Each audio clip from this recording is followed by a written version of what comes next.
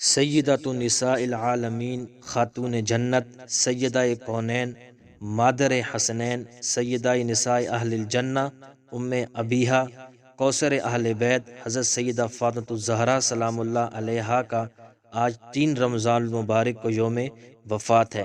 سیدہ فاطمہ الزہرا سلام اللہ علیہا آپ وصیت کرتے ہوئے فرماتی ہیں کہ کیا تم دوسری میتوں کی طرح میری میت بھی لے جاؤ گے؟ فرمایا گیا جی ہاں۔ آپ نے فرمایا کہ نہیں، میں نے اپنی پوری زندگی عفت، عظمت، طہارت اور پاک دامنی کی چادر کو اوڑھے رکھا تھا۔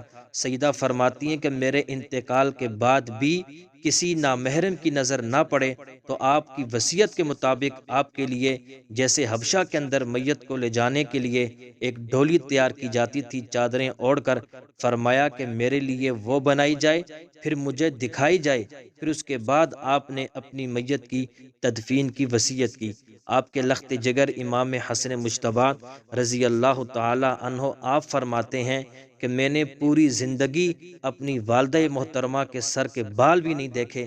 جن کی ماؤں کی عظمت، طہارت اور پردے کا یہ عالم ہو تو پھر ان کی گود میں امام حسین ابن علی جیسے فرزند پیدا ہوتے ہیں۔